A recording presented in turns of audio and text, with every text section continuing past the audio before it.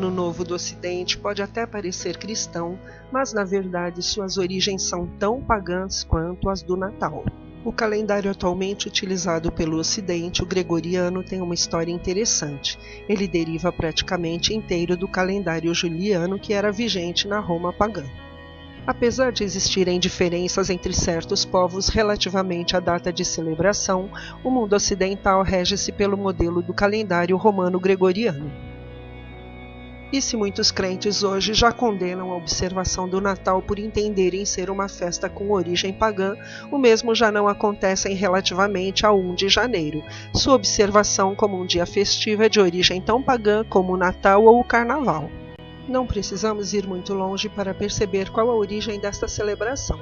A própria Wikipedia é suficientemente enfática. A comemoração ocidental tem origem num decreto do imperador romano Júlio César, que fixou 1 de janeiro como dia do Ano Novo em 46 a.C. Os romanos dedicavam esse dia a Jano, em latim Janus, o deus dos portões. O mês de janeiro deriva do nome de Jano, que tinha duas faces, uma voltada para frente, visualizando o futuro, e a outra para trás, visualizando o passado. O povo romano era politeísta, ou seja, adorava vários deuses, e não existe nenhum relato de que o povo judeu que viveu nesta mesma época tenha comemorado o Ano Novo, nem tampouco que os primeiros cristãos o tenham feito. A passagem do Ano Novo é celebrada por todo o mundo, normalmente com queima de fogos de artifícios em festas públicas, reuniões com amigos ou familiares, jantares ou ceias festivas e as mais diversas promessas e simpatias. Contudo, vamos aprofundar mais a pesquisa, pois existe algo bem mais grave associado a esse dia que normalmente os meios de comunicação não gostam de citar. Como já vimos, a festa de Ano Novo foi criada para adorar Janus, o deus das transições, mas o que poucos sabem é que desde os primórdios que essa data era utilizada para o assassinato de judeus. Não são histórias da carochinha nem teorias sem fundamento. É sim história arquivada que muitos desejariam certamente que ficasse esquecida na prateleira. Vejamos. Em 46 a.C., o imperador romano Júlio César foi o primeiro a estabelecer a data de 1º de janeiro como dia de Ano Novo. César achava que o mês nomeado segundo o deus Jano, janeiro, seria a porta apropriada para o ano. César celebrou o primeiro Ano Novo de 1º de janeiro, ordenando o destroçar das forças revolucionárias judaicas na Galileia. Testemunhas oculares disseram que o sangue jorrou nas ruas. Nos anos seguintes, os pagãos romanos observavam o Ano Novo praticando orgias e bebedeiras. Chris Armstrong, professor de História Eclesiástica, narra o episódio da seguinte forma em um artigo para a revista Christian Stone. Como outros festivais cristãos, a celebração do dia de Ano Novo no Oeste começou antes da Igreja vir a existir. Inicialmente, os romanos celebravam o Ano Novo no dia 1º de março e não no dia 1º de janeiro. Júlio César instituiu o dia de Ano Novo em 1º de janeiro para honrar Janus, o deus de duas faces que olhava para trás, para o ano antigo, e para frente, para o novo. O costume das resoluções de Ano Novo começou no período mais antigo, com os romanos fazendo resoluções de cunho moral, basicamente de serem bondosos uns para com os outros. Como se sabe, a Igreja Romana se apropriou da data do solstício de inverno, data que celebrava o Natalis Solis Invicti, para proclamar o nascimento de seu ídolo sincrético, um substituto distorcido e adulterado do Messias das Escrituras. Todavia, ao fazer uso de tal data, um dado curioso aconteceu. Como todo judeu, o Messias foi circuncidado ao 8º dia, conforme Gênesis 17, 12 e 13. A escolha da data de 25 de dezembro tem sua razão unicamente no sincretismo religioso, com o paganismo do culto ao deus Sol, altamente popular em Roma desde o início do século II. Os pagãos, conforme atestam alguns autores como Arnóbio de Sica, século IV, tinham por hábito celebrarem o aniversário de seus deuses, algo totalmente estranho à prática das escrituras, o que está na origem da escolha de tal data que celebrava o nascimento do deus Sol invicto. Coincidentemente, a Calendai, rebatizada por Júlio César de Ano Novo, ocorria 8 dias depois do solstício de inverno. Sendo assim, muitos séculos depois, a Igreja Romana passou a alegar que a Calendai seria, na realidade, a festa da circuncisão, uma festa que marcaria a data da circuncisão do ídolo substituto do Messias bíblico e que, como tal, determinaria a morte do judaísmo e o nascimento de uma nova religião, o cristianismo. A festa de adoração ao deus Janus era celebrada no fim da Calendai, festividade que se seguia a Saturnália e encerrava as celebrações pagãs de inverno. Janus teria sido celebrado justamente por honrar Saturno ao instituir a Saturnália. As celebrações a Janus eram marcadas por orgias e bebedeiras. Sobre a prática da festa da circuncisão, Chris Armstrong relata ainda: quando Roma tomou o cristianismo como sua fé oficial, os cristãos passaram a guardar o dia de Ano Novo. No início do século VI, partes da igreja começaram a guardar o dia 1º de janeiro como a festa da circuncisão, comemorando a circuncisão de Jesus.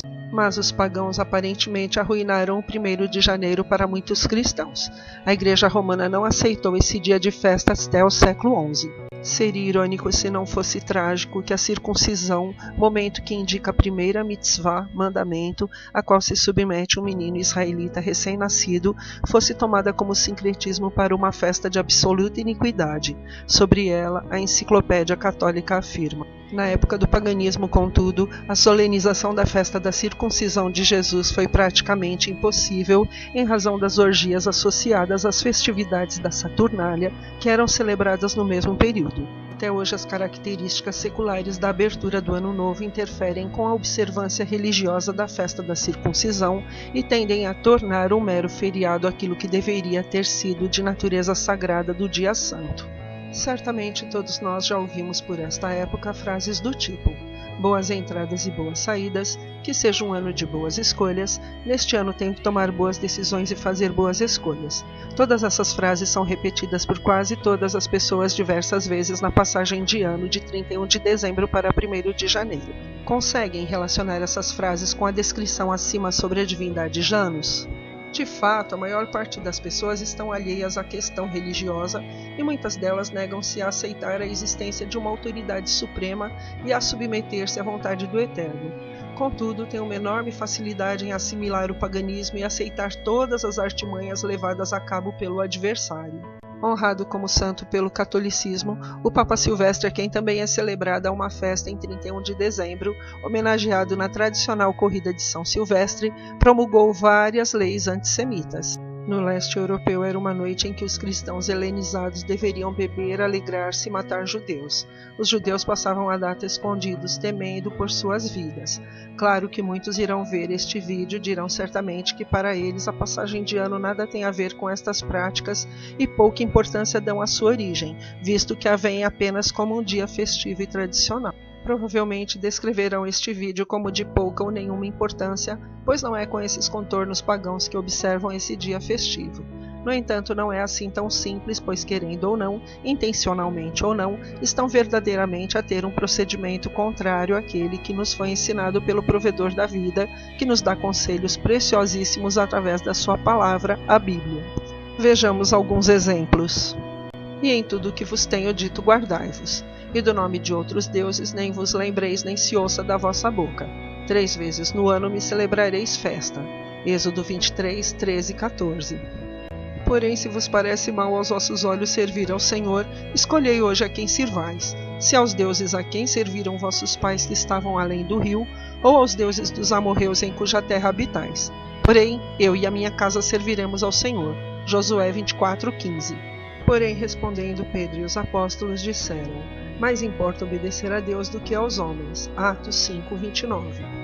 Já naquele tempo, o povo de Israel se contaminara com os deuses pagãos do Egito e celebravam festas de adoração em honra destes. É o cenário que vemos nos dias de hoje.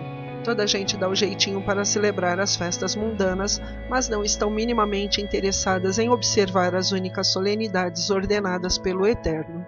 As práticas pagãs são uma abominação aos olhos do Eterno. Não são os filhos de Israel que devem adotar os costumes das nações, mas são as nações que devem adotar as práticas dos filhos de Israel, porque foi a eles que o Eterno revelou as suas instruções, leis. O povo de Israel deveria então ser uma referência para os outros povos. Mas vós sois a geração eleita, o sacerdócio real, a nação santa, o povo adquirido, para que anuncieis as virtudes daquele que vos chamou das trevas para a sua maravilhosa luz. 1 Pedro 2, 9. O calendário gregoriano é uma atualização do calendário juliano, que por sua vez deriva do calendário romano. Todos estes são tentativas do adversário de mudar os tempos, conforme profetizado em Daniel 7:25, e proferirá palavras contra o Altíssimo, e destruirá os santos do Altíssimo, e cuidará em mudar os tempos e a lei, e eles serão entregues nas suas mãos por um tempo e metade de um tempo. Não ameis o mundo, nem o que no mundo há. Se alguém ama o mundo, o amor do Pai não está nele. Porque tudo o que há no mundo, a concupiscência da carne, a concupiscência dos olhos e a soberba da vida não é do Pai, mas do mundo. E o mundo passa e a sua concupiscência, mas aquele que faz a vontade de Deus permanece para sempre. 1 João 2:15-17. Assim diz o Senhor: ponde-vos nos caminhos e vede, perguntai pelas veredas antigas qual é o bom caminho e andai por ele, e achareis descanso para as vossas almas. Mas eles dizem: não andaremos nele. Jeremias 6:16.